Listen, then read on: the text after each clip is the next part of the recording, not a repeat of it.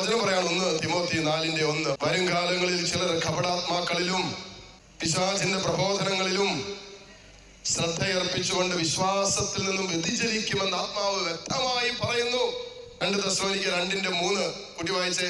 ആരും നിങ്ങളെ ഒരു വിധത്തിലും വഞ്ചിക്കാതിരിക്കട്ടെ, എന്തെന്നാൽ ആ ദിവസത്തിന് മുമ്പ് വിശ്വാസത്യാഗമുണ്ടാകും. അന്ത്യകാലത്തെ കുറിച്ചാണ് പറയുന്നത്. അതായത് നമ്മളായിരിക്കുന്ന കാലം വിദൂരത്തൊന്നുമല്ല. യേശുക്രിസ്തു മാംസം ധരിച്ച് ലോകത്തിലേക്ക് വന്നു എന്ന് ഏറ്റുപറയാത്ത ആത്മാവ് അന്തിക്രിസ്തുവിന്റെ ആത്മാവാണെന്നാണ് യോഹന്നാൻ ശ്ലീഹ പറയുന്നത്. അപ്പോൾ ഈ സത്യത്തെ, ഈ വിശ്വാസത്തിൽ നിന്നും നമ്മെ വ്യതിചലിപ്പിക്കാൻ പിശാച് ശ്രമിക്കും. വീണ്ടെടുപ്പിന് വേണ്ടി, നമ്മുടെ ആത്മരക്ഷയ്ക്ക് വേണ്ടി സ്വജീവൻ കാൽവരിയിൽ ബലിയായി നൽകിയ അവസാനത്തുള്ള രക്തവും ഇഞ്ചിഞ്ചായി ഈ ഭൂമിയിൽ വീഴുവോളം നമ്മെ സ്നേഹിച്ച ഒരു ദൈവമുണ്ടെന്നുള്ള സത്യവിശ്വാസത്തിൽ നിന്നും വ്യതിചലിപ്പിക്കുന്നത് പിശാചിന്റെ തന്ത്രമാണ്. ഈ തന്ത്രത്തെ കുറിച്ച് നമുക്ക് അറിയണം, അല്ലെങ്കിൽ ഈ തന്ത്രത്തിൽ നമ്മൾ വീണു പോകാനുള്ള സാധ്യതയുണ്ട്. അടുത്തത് പിശാചിന്റെ മറ്റൊരു തന്ത്രമാണ് നമ്മെ നിലനിൽക്കാത്തവയിൽ നമ്മളെ ബന്ധിച്ചിട്ടിട്ട് നിലനിൽക്കുന്നവ നമ്മുടെ കണ്ണിൽ നിന്നും മറച്ചു പിടിക്കും. തന്ത്രമാണ്.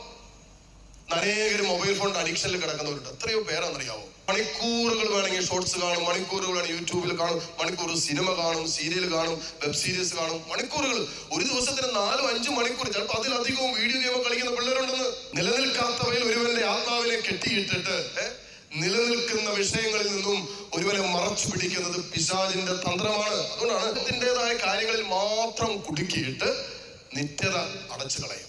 അതായത് ഈ ലോകം മാത്രമാണ് എല്ലാം, ഇതിനപ്പുറത്തേക്കുള്ള വിഷയങ്ങളെ കുറിച്ച് മരണമുണ്ടെന്നോ മരണത്തിന് ശേഷം ഒരു ജീവിതമുണ്ടെന്നോ നമ്മൾ മരിക്കേണ്ടവരാണെന്നുള്ള നിത്യസത്യങ്ങളുണ്ടല്ലോ, ഇതൊക്കെ മറച്ചു പിടിക്കും. നാം എഴുതി വെച്ചിരിക്കുന്നത് സൃഷ്ടിയിൽ കുടുക്കി സൃഷ്ടാവിൽ നിന്ന് അകറ്റും, ദൈവത്തിൽ നിന്നും അകറ്റും, സൃഷ്ടവസ്തുക്കളിൽ കുടുക്കി. അതുകൊണ്ടാണ് കല്ലിനെ മണ്ണിനെയൊക്കെ ആരാധിക്കുക, പാമ്പിനെ പാറ്റയൊക്കെ ആരാധിക്കുക, മൃഗങ്ങളെ ആരാധിക്കുക, പ്രകൃതിയെ ആരാധിക്കുക. സത്യദൈവത്തിൽ നിന്നും വ്യതിചലിപ്പിക്കും. സൃഷ്ടിയിൽ കുടുക്കിയിട്ട് സൃഷ്ടാവിൽ നിന്ന് അകറ്റും. ജീവിതം കൊണ്ട് മനസ്സിലാക്കുന്ന ഒരു വിഷയമാണ്, ജഡികമായ സന്തോഷത്തിന് ഒരിക്കലും നിലനിൽക്കുന്ന സന്തോഷം തരാൻ പറ്റില്ല. ഇപ്പൊ മദ്യം കഴിച്ചാലും കഞ്ചാവ് എടുത്താലും ജഡിക പാപം ചെയ്താലും ഒന്നിനും നിലനിൽക്കുന്ന സന്തോഷം തരാൻ പറ്റില്ല എന്ന് മാത്രമല്ല, ആ പാപം ചെയ്തു കഴിയുമ്പോ ആ പാപ സുഖം അങ്ങോട്ട് തീരും. പിന്നെ ഒരു പക്ഷെ നിരാശയിലേക്ക്, ഭയത്തിലേക്ക്, ആകുലതകളിലേക്ക്, അസ്വസ്ഥതകളിലേക്ക്, തകർച്ചകളിലേക്കൊക്കെ അത് കൊണ്ടെത്തിക്കുകയും ചെയ്യും. ജഡത്തിൽ കുടുക്കിയിട്ട് ഒരുവന്റെ വിശുദ്ധി എടുക്കും. അനുഗ്രഹങ്ങൾ പ്രാപിക്കാതിരിക്കാൻ ഒരുവരെ ജഡത്തിൽ കുടുക്കിയിടും. സ്വയംഭോഗത്തില്, സ്വർഗരതിയില്, ദാമ്പത്യ അവിശ്വസ്തതയില്, ബ്ലൂ ഫിലിമിന്റെ അടിമത്തത്തില്, അല്ലെങ്കിൽ മൊബൈൽ ഫോണിന്റെ അടിമത്തത്തില്, ചില ഇങ്ങനെയുള്ള കാര്യങ്ങളിൽ അവിടെ കുടുക്കിയിടും, ജഡത്തിൽ കുടുക്കും. ബുദ്ധിയിൽ കുടുക്കി ദൈവിക ജ്ഞാനം മറയ്ക്കും. ദൈവത്തെ കുറിച്ചുള്ള അറിവൊക്കെ മറയ്ക്കും. ബുദ്ധി ഭയങ്കര ബുദ്ധി. എന്നത്തെ പിള്ളേർക്ക് എന്താ ബുദ്ധിക്ക് കുറവ്? നല്ല ബുദ്ധി. പക്ഷേ ദൈവിക ജ്ഞാനമില്ല, ദൈവത്തെ കുറിച്ച് അറിവില്ല, നിത്യസത്യങ്ങളെ കുറിച്ച് അറിവില്ല, വിശുദ്ധ ജീവിതത്തിന്റെ പ്രതിഫലത്തെ കുറിച്ച് അറിവില്ല, വിശ്വാസ ജീവിതത്തിന്റെ വിഷയങ്ങൾ അറിയത്തില്ല. ആത്മരക്ഷയുടെ വഴികളെ അറിയാത്ത രീതിയിൽ നമ്മുടെ തലമുറയെ പിശാചെന്നും ബുദ്ധിയിൽ കുടുക്കി ദൈവിക ജ്ഞാനം എടുക്കുകയാണ്. രോഗത്തിൽ ഒരുവനെ കുടുക്കിയിട്ട് ഒരു പ്രത്യാശ അകറ്റും, നിരാശയിലേക്കിടും. രോഗമൊക്കെ വരുമ്പോൾ അതേക്കുറിച്ച് ആലോചിച്ചും മനസ്സ് ഭാരപ്പെട്ടും നിരാശയിലേക്ക് പോകും. ആ രോഗത്തിലൂടെ പ്രത്യാശ നഷ്ടപ്പെടും. ഒറ്റ വാക്യം പറഞ്ഞാൽ, നിലനിൽക്കാത്തവയിൽ ഒരുവനെ കുടുക്കി നിലനിൽക്കുന്നത് മറച്ചു പിടിക്കുന്നത് പിശാചിന്റെ തന്ത്രമാണ്. മൂന്നാമത്തത്, വചനത്തിൽ വേരുപാകാൻ പിശാച് സമ്മതിക്കില്ല. നമ്മുടെ ഹൃദയത്തിൽ വചനമുണ്ടെങ്കിൽ പിശാചിനെ നമ്മളെ തോൽപ്പിക്കാൻ പറ്റില്ല എന്ന് അറിയാവുന്നത് കൊണ്ട് അവൻ തന്ത്രപൂർവ്വം നമ്മുടെ ഹൃദയത്തിൽ വിതയ്ക്കപ്പെട്ട വചനത്തിന്റെ വിത്തുകളെ എടുത്തു കളയും. ഓർത്ത് വെച്ചോക്ക, ഡേറ്റ് ഇട്ട് അന്ന് എൻ്റെ അമ്മ, എൻ്റെ അപ്പൻ, എൻ്റെ ജീവിത പങ്കാളി പറഞ്ഞത് ചെയ്തതൊക്കെ ലിസ്റ്റ് ഇട്ടെഴുതി വെച്ചേക്കുക.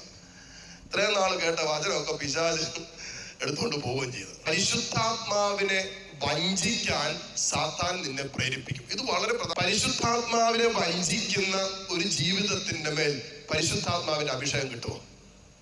നീ എത്ര കണ്ട് നിന്നെ തന്നെ ദൈവത്തിനും ദൈവരാജ്യത്തിനും സുവിശേഷത്തിനും സമർപ്പിക്കുന്നുവോ അത്ര കണ്ട് നീ അഭിഷേകം പ്രാപിക്കും. നിന്റെ ആഗ്രഹങ്ങളെ, നിന്റെ ചലനങ്ങളെ, നിന്റെ ഇഷ്ടങ്ങളെ, നിന്റെ സ്വപ്നങ്ങളെ, നിന്റെ നടത്തങ്ങളെ, നിന്റെ ആലോചനകളെ, നിന്റെ ആഗ്രഹങ്ങളെല്ലാം എത്ര കണ്ട് സുവിശേഷത്തിനായി രൂപപ്പെടുന്നുവോ അത്ര കണ്ട് നീ അഭിഷേകം പ്രാപിക്കും. സംസാരിക്കാൻ പോകുമ്പോഴാണെങ്കിൽ പോലും നല്ല ഉപസാരം നടത്തുകയല്ല, ഇനിയും ആ പാവം ചെയ്യാണല്ലോ, അതുകൊണ്ട് അതോടെ മാറ്റി വെച്ചേക്കാം. നമ്മൾ പോയാൽ അതിന് വേണ്ടി ചെയ്യാമോ? അതുകൊണ്ട് അത് പറയേണ്ട ആവശ്യമില്ല. പരിശുദ്ധാത്മാവിനെ വഞ്ചിക്കുന്ന ഒരാത്മാവിന്റെ മേൽ എങ്ങനെ സ്വർഗത്തിന്റെ അഭിഷേകം വരും? പങ്കാളിയും മക്കളും മാതാപിതാക്കളും ഒക്കെ ആയിരിക്കും ഒരു സുവിശേഷ വേലയ്ക്ക് തടസ്സം നിൽക്കുന്നത്. അതുകൊണ്ട് ശക്തമായ പ്രാർത്ഥനയും ദൈവസ്നേഹത്തിലുള്ള ഒരു ഐക്യവും കൊണ്ട് മാത്രമേ ഈ വിഷയത്തിൽ ഒരു സമർപ്പണം സാധ്യമാകുകയുള്ളൂ. പിന്നെ കർത്താവ് നോക്കിക്കൊള്ളും.